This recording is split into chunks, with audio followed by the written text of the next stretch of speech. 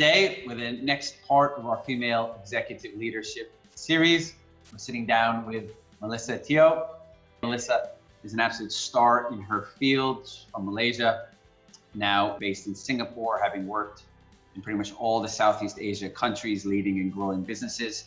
She's currently the general manager for MyDoc, which has recently won the Singapore Telehealth Company of the Year award. It's a very fast growing and super successful digital healthcare platform. She's also an active volunteer, a business mentor, and a leadership coach. We're going to start with a hard one. Along the way, what have you had to sacrifice, if anything, to become a general manager? I think personal life to some extent. In a startup, MyDoc is a startup. I've been with the company for about 2 years, and this is the 4th startup that I'm with.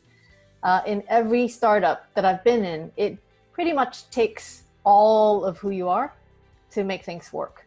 Because unlike in a corporate environment, there isn't a clear structure for things, which is why I enjoy it. There's a lot of freedom for us to exercise our creative ideas, basically to manifest a vision that we share, right? And that takes a lot of effort. Time, there's no shortcut to that.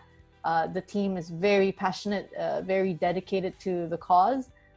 And all of us work anywhere between 18 hours a day, sometimes more. So definitely there's a sacrifice on personal time. I'm fortunate enough at this stage of my life where my daughter is a lot older now and she is able to take care of herself. I mean, if she was younger, I probably wouldn't be doing this right now. Let's talk about you as a leader. How do you set the tone? Well, that's an interesting question. I think the only way that I set the tone is through my own behavior. I tend to be quite aware of giving people advice. I try not to do that. I think that's disrespectful and probably ends up being a double standard. Like, I grew up with parents who are pretty controlling. They like things to be a certain way, and oftentimes I remember growing up thinking, yeah, but Dad, you said this, but then you do that. I don't get it, right? So to me, leadership is a lot like parenting. You can tell the kids whatever you like, the best piece of advice, but if you don't fundamentally believe in it yourself and live that way, they're going to show up however they mirror your behavior. So for me, leadership is really about leading self, and the tone that I set is the tone that I adopt personally. So I'm very aware of that. Think about the tone you're setting. Tell us a little bit about how you then empower others. I'm a very collaborative kind of person. I believe that the individuals have very unique talents, interests, experience, and knowledge. So I tend to like to mix things up.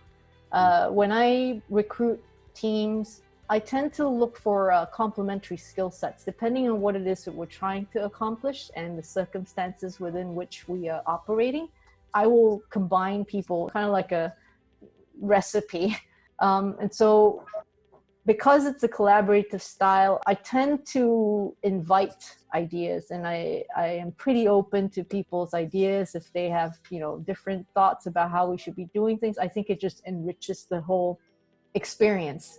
Even when they challenge my ideas, I may be resistant initially because I think, I thought about this idea and I think it's pretty good. So sometimes it may be a bit more challenging if someone doesn't come with clear evidence of having thought through it the same way with that rigor, then, the idea won't fly. But otherwise, I'm very open to that. I love creative thinking.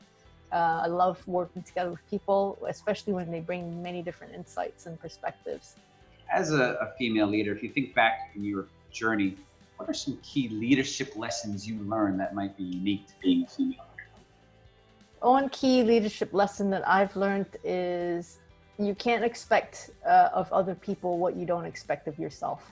So you can't be expecting A+ results if you're not willing to go the distance yourself. I think that's very important. That's a lesson that I've definitely learned through observing other leaders that I've worked with, studying other leaders who are admirable leaders, experiencing it myself. The other is also getting comfortable with different personality types, right?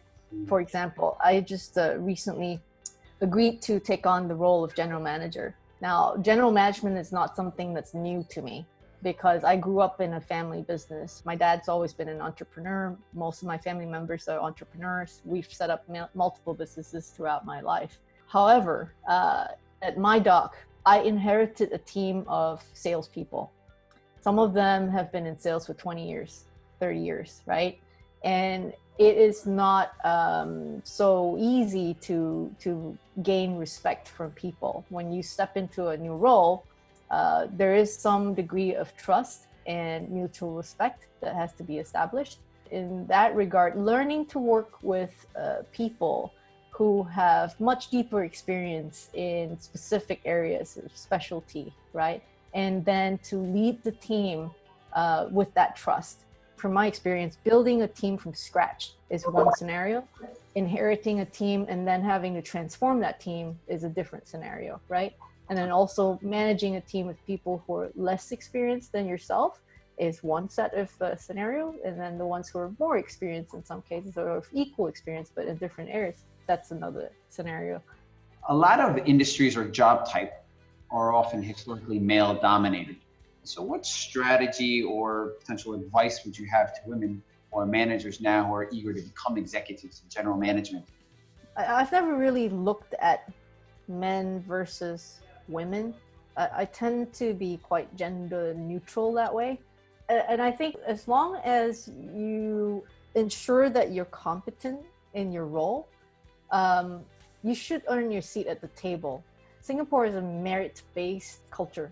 We don't have that inequality that you face, and maybe there'll be people who disagree with me, I'm sure, but my personal experience has been, for the most part, I've worked with pretty good people. I'm pretty demanding when it comes to who I team up with. I think I would advise this to anyone, right? Whether it's female or male, be very selective, especially when you're going into a startup.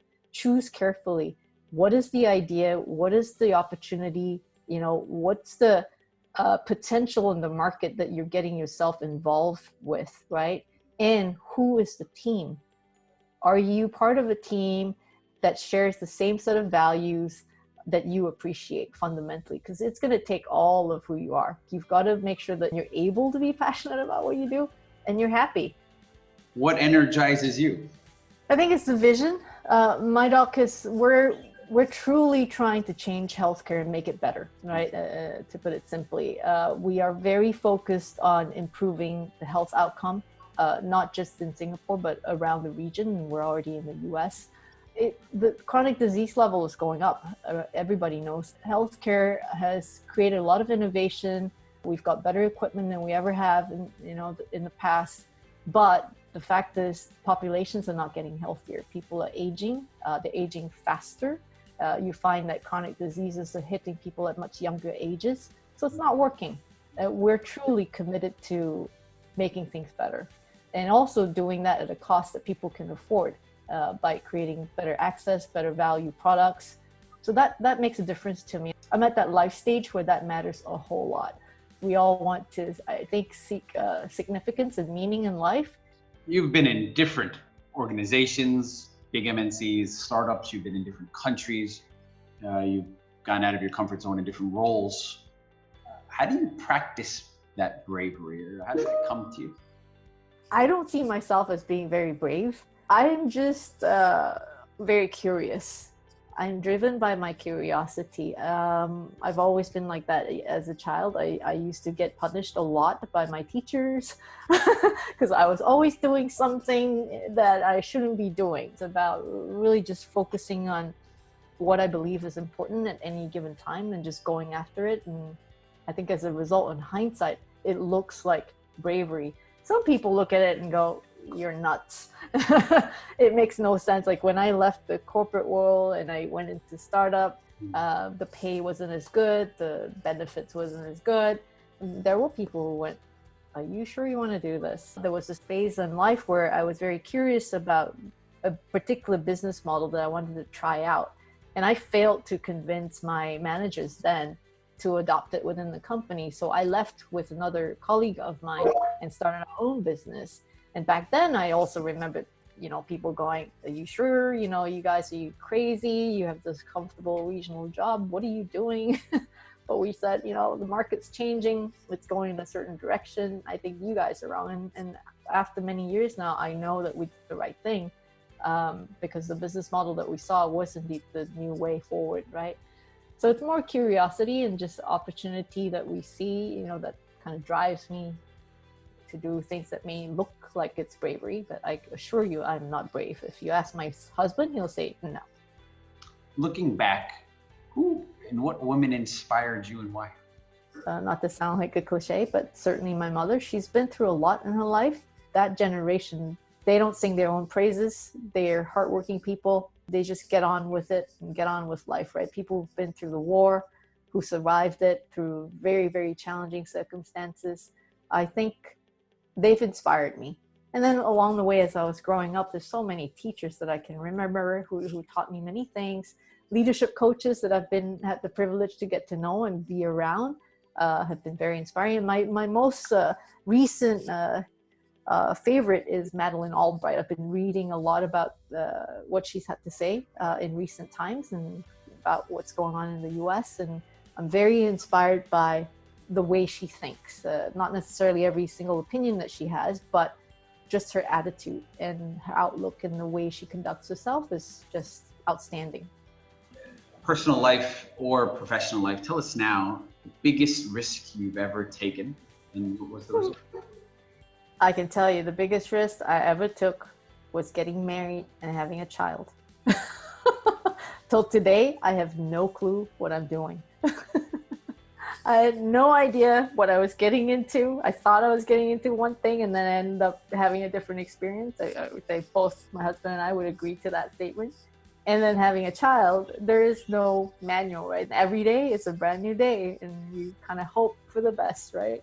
Yet you have this vision in mind and you want the best for them, that they have a nice, happy life. So for me, that always feels like a huge risk. That was the single biggest risk that I feel like I've taken. You shared a lot today, real role model, very inspiring. Thank you so much for sharing.